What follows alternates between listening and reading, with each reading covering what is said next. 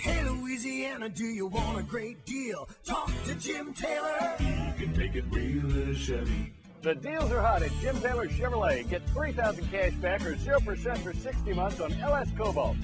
Get $3,000 cash back or 0% for 60 months on Malibus. And get $5,000 cash back or 0% for 72 months on all 2010 Silverados. Come to Rayville for a real Jim Taylor deal from your #1 Chevrolet truck dealer in Northeast Louisiana. Welcome to All Things Southern, bringing you the charm and heritage of the South. Here's your host, Shellie Tomlinson. Shellie here, Belle of All Things Southern, and I have what I think is a great idea for today's visit.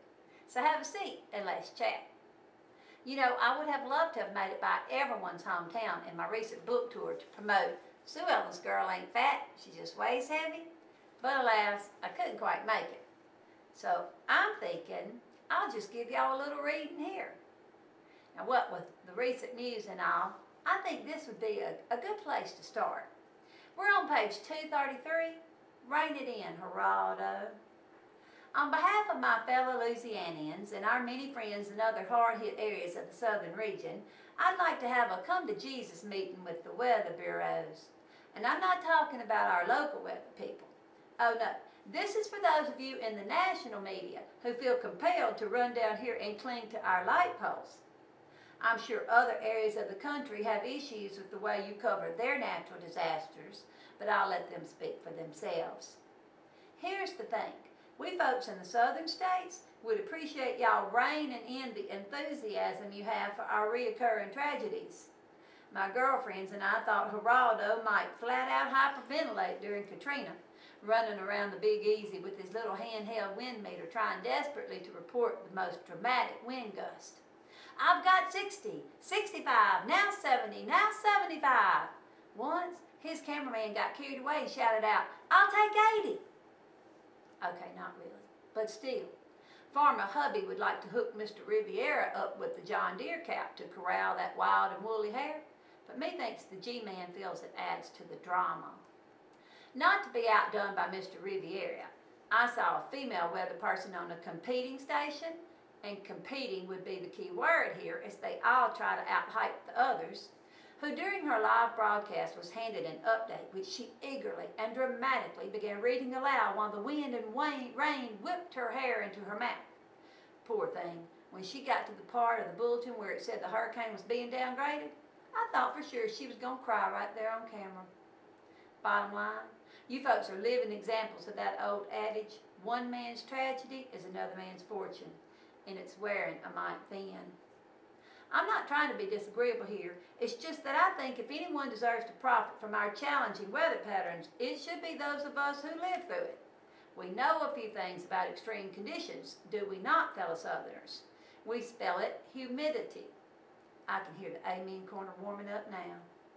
Summertime in the deep south can be fraught with danger, and I'm not just talking about heat stroke. Every year people put themselves at risk of physical injury by saying things like, "Hot enough for you?" I'm just saying, we aren't always in the best of moods when the temp is a-soaring. I'm reminded of a blistering summer day many years ago.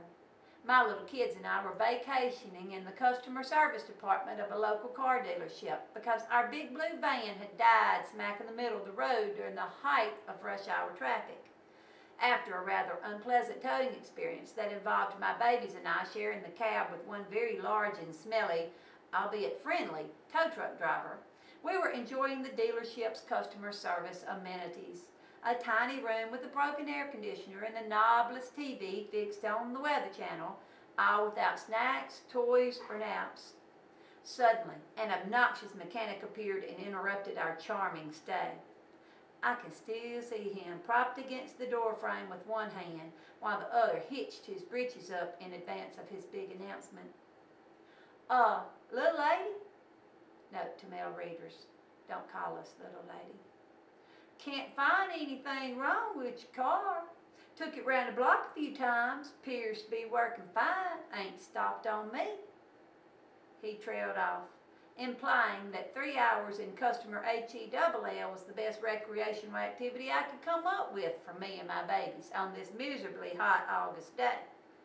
I insisted the van had quit. He patronized me some more. I called for the manager and asked for a loaner car. We could do that, cocky mechanic man's boss said, but my guy tells me your car's fine. Well, they had me. It had been great fun, but the gag was up. I loaded everyone up and drove off. Half a mile up the street, our van died again. With a child on my hip, another by the hand, and sweat running in uncomfortable places, I marched through 4 lanes of traffic, past the front desk to the service area, hollered at cocky mechanic man, and crooked my finger in the universal signal for come here before I come there. Ignoring his questions, I led him outside and pointed wordlessly. His gaze followed my arm to my finger and then to the vehicle stranded in the middle of a 4-lane road. And this is his direct quote. "Well, I'll be, little lady. Did it stop on you?" I always felt like I should have been rewarded for not sending cocky mechanic man to meet his neighbor. And I still say a good lawyer could have gotten me off with justifiable homicide. You know what they say. Here in the South, we consider he needed killing to be a valid defense. Y'all have a great big day and come see me. That's allthingsouthern.com, and this is Shellie with Hugs for All.